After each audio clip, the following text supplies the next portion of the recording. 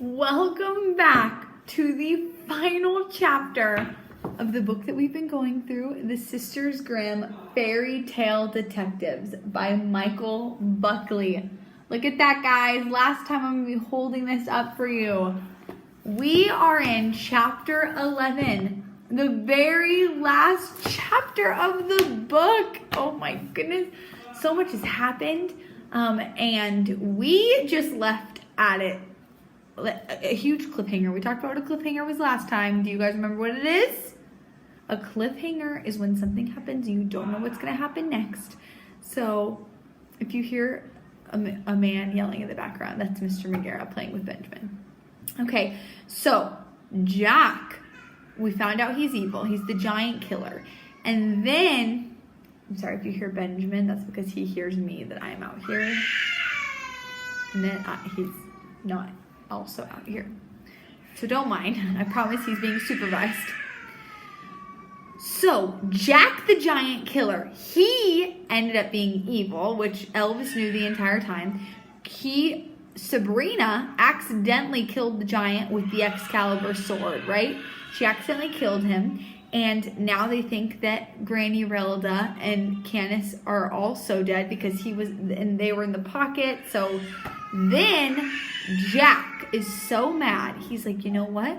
If I can't kill the giant, I'm going to kill you girls and make the spell of the Ever Afters who had to stay in the town because the Grimms are alive. He's going to end it because he's going to end all of the Grimms. And so then the Ever Afters will be able to go free.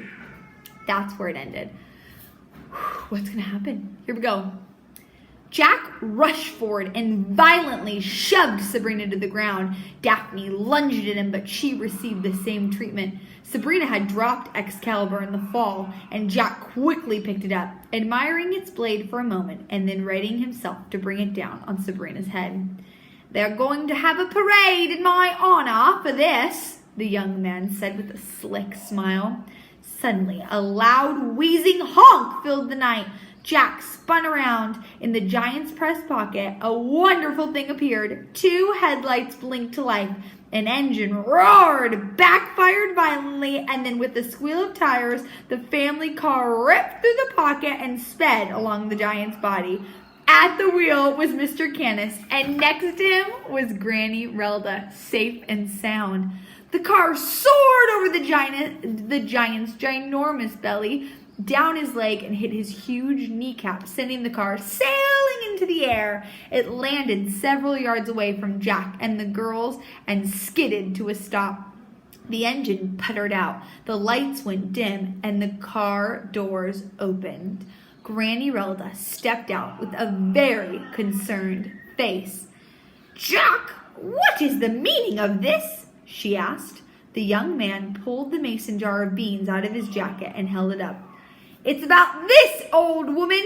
It's about capturing my rightful place in the spotlight," Jack said. "Those days are over," Mr. Candace said as he stepped out of the car. "Maybe for you, trader," Jack snarled, "but I've got bigger plans than selling shoes and measuring hemlines. These beans are going to make me a hero again. But for that to happen, some things have to change around here." "Oh, and what are you suggesting?" Granny Relda asked. "The Grimms have to die." "You know I won't allow that, Jack," Mr. Candace said. "I've been killing giants since I was a lad. I suspect I won't have too much trouble with an old mutt like you." Mr. Candace looked over to Granny Relda. Something passed between them, a sort of question and answer that the only 2 of them shared. Granny Relda nodded in approval, and Mr. Candace took off his hat. "If you want to sick your dog on me, Grimm, then do it. But if I'll have my destiny, either way," Jack said, putting the jar of beans back into his jacket and swinging Excalibur around crazily. "I've been waiting for this for a very long time." Mr. Candace smiled in a way Sabrina could only describe as eager. Once again, she was sure he was doomed. The old man had managed to take out 3 overweight goons, But could he handle a lightning-fast slayer of giants carrying a sword that could kill anything that it touched? Jack charged wildly, screaming into the air, but before he could even swing the deadly sword, a change came over Mr. Canis. His shirt ripped off his chest of his body, and his body doubled in size. His feet snapped and stretched as they transformed into paws. His hair sprang from every inch of his skin. Fangs crept down over his lips. His nose extended out, replaced by a snarling snout. But most disturbing were his eyes, as they changed into an achingly bright blue color. The same color Candace's eyes were in the picture Sabrina had found of her family. The transformation was complete. Mr. Canis had turned into a wolf the size of a rhinoceros. There's a photo. Wow. Do you guys remember this is the big bad wolf and the three little piggies, right? And there's Jack with the Excalibur sword. Look at that. Bring it on, little man, the wolf snarled as it jumped up on its back legs. Sabrina could hear a hint of Mr. Canis's voice in the wolf's growl, but the way he said those words held nothing of her grandmother's feeble old friend's calm. The wolf's voice was full of viciousness. The wolf charged at Jack and sent him hurtling backwards into a tree, giving the young man no time to recover as the wolf savagely sunk in its teeth into Jack's right arm. Jack screamed in agony. With the wolf on top of him, he couldn't swing the deadly sword. The best he could do was hit the beast on the head with the Excalibur's handle. The wolf backed away, slightly dazed, and then licked its lips. Bad news for you, Jack, the wolf barked. I know your taste now, and I like it. In the commotion, Granny held out her arms for the girls as they ran to her side. Everything will be fine, Granny consoled them. You didn't tell us Mr. Canis was one of them, Sabrina said. Oh, I didn't. Yes, Mr. Canis is the big bad wolf, Granny said as she kept her eyes on the fight. The big bad wolf? The girls cried. The wolf lunged at Jack, ripping his chest with its razor-sharp claws. Jack swung back and punched the beast in the face, but the wolf just chuckled. Desperately, the young man jumped up, grabbed a tree branch, and used it to catapult himself at the wolf. The force sent them both tumbling over each other, leaving Jack on top. When I kill you, this town is going to make a statue in my honor, Jack boasted. How does it feel to know that your own kind wish you dead? Not nearly as bad as it must feel to know they don't care if you're alive, the wolf snarled as it rolled over on top of Jack. Maybe they'll notice when I leave you hanging here in Times Square. Jack thrust his knee into the wolf's belly, knocking the wind out of it and giving the young man the chance to throw the beast off. He crawled to his feet and picked up the Excalibur. Even the tiniest scratch will send you on your way, mongrel, Jack warned. He rushed forward, pushed the beast up against a tree, and held the lethal blade to its neck. Perhaps they will now call me Jack the Legend Killer as well. Sabrina looked to her grandmother and saw the worry in her face. She knew Jack was going to win, and then he would turn on them. How would the three of them fight him off? But suddenly, above the snarling and fighting, she heard an odd sound, as if someone had just played some notes on a flute. Who had a flute? Do any of you guys remember who had a flute? At first, Sabrina thought she might have imagined it. But then a swarm of pixies darted out of the woods and surrounded Jack. He cried in pain with every little sting, and soon he couldn't take it any longer. No one likes a bragger, Puck said as he floated down from the trees and rested on a branch above the fighting. Puck, Daphne cried, you really are a hero. Hush, you'll ruin my reputation, Puck replied. In vain, Jack tried to brush the pixies off, swatting at them wildly with little results and dropping the sword in his struggle. Old lady, are you well? Puck asked as he floated to the ground. I tried to tell Sabrina that Jack couldn't be trusted, but she wouldn't listen. She's very stubborn and stupid. I'm sure Sabrina had her reasons, Puck, Granny replied as she winked at her granddaughter. But before we can celebrate, Jack has a jar in his coat that we need. Puck smiled, took out his flute, and played a quick, sharp note. One lone pixie left the others and buzzed around the boy's head. We need to get that jar away from him, Puck said. The little light blinked as if it said yes, and zipped into the storm of pixies tormenting Jack. Suddenly, a small group of them flew into his jacket and collectively carried the jar of magic beans away. No! Jack cried in panic, swatting and swinging wildly at the pixies. Seeing his prize carried off, he desperately grasped the jar, only managing to knock it to the ground, sending shards of glass and beans in all the direction.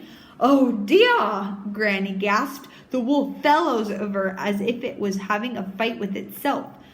I'm not going back inside, old man! The beast bellowed. It groaned and complained as it transformed back into Mr. Canis.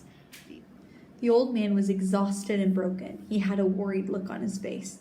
We've got to get the children out of here, Mr. Canis gasped. Suddenly, the Action 4 news van came careening through the woods and stopped. The doors slid open and Wilma Fay got out, followed by the cameraman. The reporter fixed her business suit, checked her hair in a small compact mirror, and then turned to face the girls.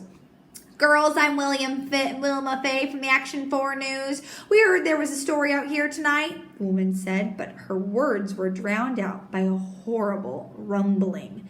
The little white beans were taking root. They dug deep into the forest soil, and instantly 100 little green sprouts popped out of the ground. The sprouts grew at an alarming rate, becoming vines and then stalks that jockeyed among one another for space. They soared higher and higher into the sky until it seemed that they would touch the moon itself. The cameraman tapped Wilma Fay on the shoulder, and the reporter turned around. What is it? She said impatiently. The cameraman pointed up, and Wilma's eyes followed. Above her were dozens of angry giants quickly climbing down the beanstalks. The cameraman pointed his camera into the air, flipped a switch, and a bright light mounted on the camera and lit up their faces. Are you getting this? Wilma asked, panicking. I'm getting it, the cameraman shouted. What have you done? Jack bellowed. You wanted giants, Jack. You're going to get your wish, Granny Relda said as the first giant planted a foot on the forest floor. Dozens and dozens of them followed. All in all, nearly 100, knocking over trees that had been growing for centuries. Each one of the giants were uglier than the last, and all of them had murder in their eyes. One of the most gnarled of the bunch stepped forward. It was out an ear-shattering roar and pounded its chest. Fee, fi, fo, fum! I smell the blood of an Englishman! The giant bellowed at Jack, sending his hair flapping behind him. I didn't kill your brother. It was the girl, the young man cried, pointing a shaky finger at Sabrina. Sabrina Grin killed him. The giants looked down at Sabrina with a suspicious eye. One ducked his head down, shoving it into the girl's face. His nostril blasted the hot air into their clothes. Lies! The giant bellowed, spraying Sabrina and Daphne with hot, snotty breath. These are children! They could not kill one of us! As the giant swooped down and grabbed Jack into his huge, grimy hand, Granny Relda stepped forward.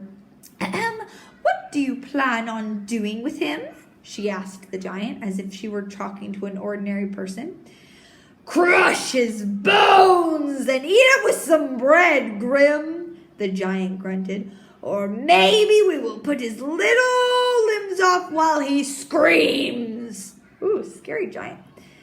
You'll do nothing of the sort, Granny Relda replied. Take him to your queen. She'll decide what to do with him. "Help me, Relda, help me!" Jack cried. "Don't let them take me!" Granny Relda, there's a mosquito. Granny Relda lowered her eyes. "I cannot deny them their justice. I only hope that they are more merciful with you than you have been with them." Jack saw the futility of his words and calmed himself. Then he laughed almost insanely. "Ah! Do you think I did this all on my own?" he ranted. "Where do you think I got the first magic bean? They've got Henry and Veronica. The Scarlet Hand is coming, and your days are numbered." The giants ignored Jack's threats and turned back towards their beanstalks. A few leaned down and gingerly picked up their dead brother. They carried him on their shoulders as they climbed up the beanstalks and disappeared into the cold night air, just as 3 squad cars roared into the clearing with lights and sirens going. Flying high above the police were Glinda in her bubble and Hansel and Gretel's on her, I don't know what that is, on her broom. They sent a stream of fire that lit the bases of the beanstalk, setting them all ablaze. Hampstead got out of the car and, along with Borman and Swinehart, rushed to the family's side. "I hope that you're okay, Relda," Hampstead said.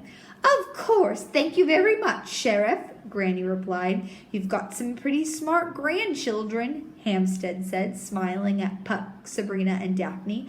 "Not ones to let a man explain anything, and not so easy on my wardrobe, but I suppose they're pretty smart." He reached his hand out, and Sabrina shook it. Daphne did the same. "In the future, kids, remember, we're the good guys," Hampstead said. "If you'll excuse me, I have to confiscate a little evidence." The sheriff looked at Mr. Canis and nodded his head. "Wolf," he said with an odd respect. "Pig," because the 3 little pigs and big bad wolf. Canis replied, returning the gesture. Hampstead excused himself and approached the cameraman and the reporter. He said something to them, and they immediately began to argue. The portly sheriff grabbed the camera and tried to remove the videotape inside. He managed to take it and break it in half and got several whacks on the head from Wilma Faye's microphone for his efforts. "What about the reporters?" Daphne said. "Glinda will make sure they don't remember a thing." Then, charming as he entered the clearing, he was rubbing his head and placing his phone back in his pocket. Mr. Canis stepped closer to the family as Charming stopped in front of the girls. "Relda, your grandchildren here are as meddlesome as you." That's like people who get into everyone's business. The prince continued, "but they were helpful in putting an end to Jack's plan." "Your Majesty," Relda chirped happily, "are you suggesting that the Grimms might be useful in this town?" "Hardly," Charming growled. He turned to the girls and looked at them darkly. "Remember what I said about tomorrow, children." He spun around and made a beeline for the sheriff. Remember, he said that they were allies today, but enemies tomorrow. Daphne and Sabrina hugged their grandmother around the waist and burst into a torrent of happy tears. Granny Relda leaned down and covered the girls in kisses. "Lieblings, are you okay?" she asked. This time, Sabrina didn't feel like pulling away from the old woman. This time, Granny's hug felt like home. "I'm okay," Sabrina said, fighting back more tears. "We're sorry we almost got you killed," Daphne said. "We're not very good detectives." "Nonsense," Granny Relda laughed as she led them to the car. "You rescued Mr. Canis and me and managed to prevent a serious catastrophe. I say the 2 of you are first-rate detectives. We should celebrate. Does anyone have any ideas?" Sabrina eased back into her seat. "I just would really like to get out of these clothes," she said, looking down at the monkey hanging from the tree on her sweatshirt. "Hang in there," it read. "I promise Ben is okay. He's with his dad." Maybe I should go check on him. Elvis woke the girls the next morning with loving licks on their faces. Luckily, Jack had not hurt the dog too badly. His ribs were bruised, and he would have to wear a bandage on his side until the veterinarian could remove his stitches. But the only thing that seemed to truly hurt was Elvis's pride. Daphne apologized to him for not paying attention to his clue and promised that his opinion would always be considered in the future. Granny greeted them at the dining room table with more of her unusual culinary treats. That morning they enjoyed blue scrambled eggs, some little orange nuts, home-fried potatoes soaked in sparkly green gravy, and wedges of tomato. Mr. Canis was still in his room, and Puck was nowhere in sight. "Is Mr. Canis okay?" Daphne asked. "He'll be okay," Granny Rilda replied. "I'm sure he'll be very happy to hear that you are concerned." "Where's Puck?" Granny Rilda smiled. "He'll be here soon." After breakfast, the three Grimms went to the mall and bought the girls a dozen outfits apiece. Even Granny found a new hat with a sunflower on it, and that matched a yellow dress that she said she hadn't worn in years. Sabrina suggested they burn their orange monkey sweaters and blue heart-covered pants, but Daphne refused. Granny took Sabrina aside and apologized for the outfit, saying that Mr. Canis might not have been the right choice to shop for the girls. After all, he was colorblind. When they got home, Granny had presents for them. The girls unwrapped them quickly and found they each had a brand new cloth-bound book, just like the ones in which their father had kept his journal. The covers had their names stenciled in gold and the words "Fairy Tale Accounts" above them. When Sabrina opened hers, she found that there was nothing inside, only hundreds of blank pages. "As your father and generations of Grimms before him did, it is your responsibility to put on paper what you see, that the future generations can know what you went through," Granny said. "We are Grimms. This is what we do." The rest of the day, the girls scribbled what had happened in the books. They picked each other's brains for anything they might have forgotten, and when they finished, Sabrina tucked the picture of her family inside her journal's pages. Together, the girls rushed downstairs and placed their books alongside their father's on the shelf reserved for their family. "Girls, I'd like to show you something else," Granny said. The girls followed her upstairs, where she unlocked Mira's room. The little man's face was in the glass again, and he smiled when the old woman and the girls entered. "Good afternoon, Relda," the mirror said. "Good afternoon. I do hope you're feeling better," Granny replied. "Much better. The bruises look worse than they feel," Mirror said. "That's nice to know," the old woman said. She turned to the girls and took their hands. "Would you like to see your parents?" Sabrina's heart nearly jumped out of her chest. Is that possible?" she asked. Granny turned back to the mirror. "Mirror, mirror, near and far," she said aloud, "show us where their parents are." The mirror misted over, and two fingers slowly appeared in the reflection. When the mist cleared, Sabrina saw her parents, Henry and Veronica, lying on a bed in a dark room. They were very still, with their eyes closed. "They're dead," Sabrina said before she could stop herself. "No, they're not dead," Granny Relda corrected her. "Just sleeping." "We lost one of Dorothy's slippers," Daphne cried. "We could have used them to rescue Mom and Dad." Sabrina's face flushed with regret. "Liebling, don't you think I've tried the slippers and everything else inside this mirror?" Granny Relda sighed. Now, before I keep finishing, there is a picture so you can see. Look at that. So, there's Daphne, there's Sabrina, there's Granny Relda, and there's the parents. You see them sleeping? This Scarlet Hand, whoever they are, used magic, strong magic to take your mom and dad away from us. But we aren't going to give up. We will find them, I promise. The girls wrapped their arms around Granny Relda and hugged her tightly. Sabrina and Daphne sobbed, both tears of happiness that their parents weren't dead and tears of despair that they didn't know where they were. "I hope you let me into your family until we can all reunite," Granny said, breaking into tears herself. Suddenly there was a knock at the downstairs door. The old woman took her handkerchief from her pocket and wiped the girls' tears away. Then she wiped her own and stuffed the hanky back into its home. "Come, girls, we have guests," she said as she exited the room. The girls watched the image of their parents slowly fade from the mirror and then stood for a moment, staring at their own reflections. "We're home now," Sabrina said to her sister. "Well, duh," Daphne giggled. She knew the whole time. The two left the room and closed the door behind them. Then they ran down the stairs to the foyer. Puck was already inside, carrying several boxes filled to the top with old toys, junk, and several dead plants. Behind him were Glinda, Hampstead, Borman, and Swinehart. "What are the police doing here?" Sabrina asked. Glinda, Borman, and Swinehart walked past them into the dining room and spread a huge roll of papers onto the table. When Sabrina got a closer look, she realized that they were blueprints.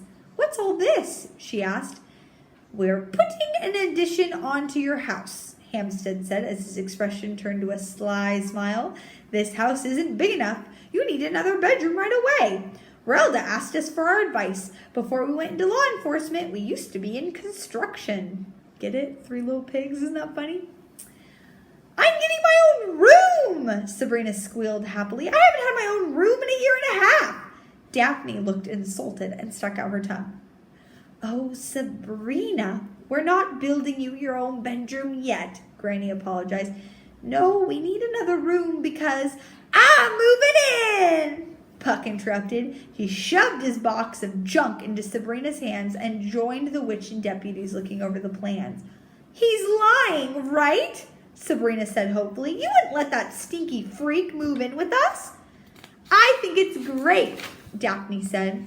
"Girls, he may not be my real grandson," Granny replied, "but I love him just like he's my own."